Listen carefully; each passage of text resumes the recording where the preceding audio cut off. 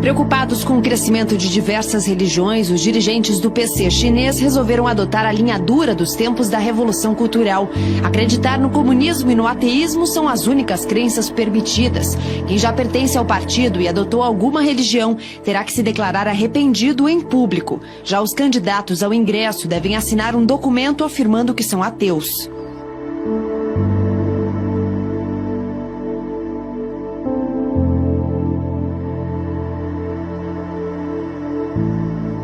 Esta igreja que vocês estão vendo aí, aqui na imagem, aqui ao meu lado, é uma igreja evangélica que foi destruída na China. O nome da igreja é The Golden Lampstand Church, né, em Shanxi, na província de Shanxi. Essa igreja foi destruída, dinamitada. Não tem uma notícia na mídia brasileira sobre isso. De uma igreja que foi dinamitada pelo Partido Comunista Chinês. Na política do Partido Comunista é reprimir e banir a crença religiosa e acabar com as igrejas domiciliares. Como permitir que vocês creiam em Deus e divulguem o Evangelho? Divulgamos e somos testemunhas das verdades expressas por Deus Todo-Poderoso, para que mais pessoas aceitem a salvação de Deus. Porque querem impedir as pessoas de crerem em Deus e pregar o Evangelho. São os senhores que obstruem a justiça e violam a lei. Mas que droga! O Partido Comunista causa uma catástrofe nas famílias cristãs. E depois diz que os cristãos que causaram isso não estão distorcendo e confundindo o certo e o errado. Cala a boca! Lin Migai! ¡Ya llega! Otra cruz es removida en China a la fuerza en la provincia de Zhejiang. Esta es retirada por oficiales del gobierno de la Iglesia Católica da Fé en Wenzhou.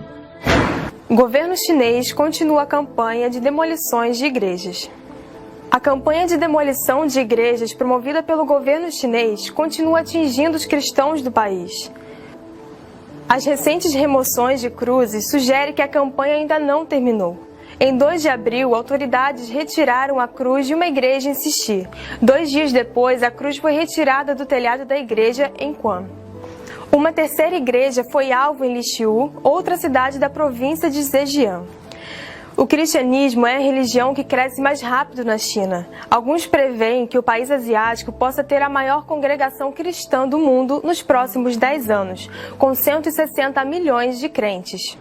Muitas das demolições e remoções de cruzes feitas no ano passado ocorreram em Wenzhou, uma grande cidade costeira apelidada de Jerusalém do Oriente por causa de sua grande população cristã. Los feligreses cantan himnos cristianos al ver la cruz de su iglesia ser removida. El señor Shen dice, la cruz está en nuestros corazones, la demolición es imposible de soportar. ¿Por qué no nos dejan creer? ¿Alguna vez hemos ido en contra del gobierno? Estos feligreses dicen que son buenos ciudadanos chinos. El gobierno insiste en que hay libertad religiosa en China, pero los cristianos creen que derribar cruces, hasta el momento más de 1.500 cruces en su mayoría en Zhejiang, prueba lo contrario. Los cristianos ahora se arriesgan a ser arrestados si se resisten a los esfuerzos del gobierno de quitar las cruces. Algunos se amarran a las cruces para evitar que las derriben y otros incluso suben a los techos de las iglesias para evitar que operen las grúas de funcionamiento. Incluso un reconocido obispo católico chino exhortó públicamente la campaña de eliminación de cruces. Él insta a los cristianos a resistirse. Algunos crean pequeñas cruces, las pintan de rojo y las colocan en sus casas y en las carreteras como forma de protesta. Logo, a nossa imprensa, que é tão preocupada em defender minorias oprimidas, trata os cristãos como uma maioria desprezível. Na verdade, essa postura é um reflexo inconsciente de uma influência ideológica anticristã. Uma ideologia que domina nossos meios intelectualizados. Os valores cristãos são um obstáculo para que os socialistas, os engenheiros sociais, implantem suas ideias mirabolantes e façam possível o tal outro mundo. Por isso, essa gente precisa destruir os valores do cristianismo para poder inserir seus novos valores no lugar.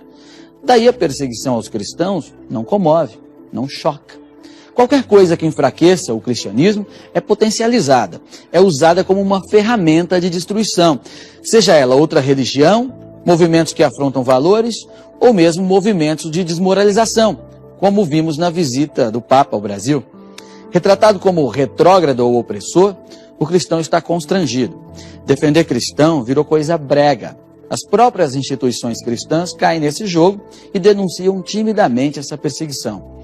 E a tendência é que a matança só venha a aumentar.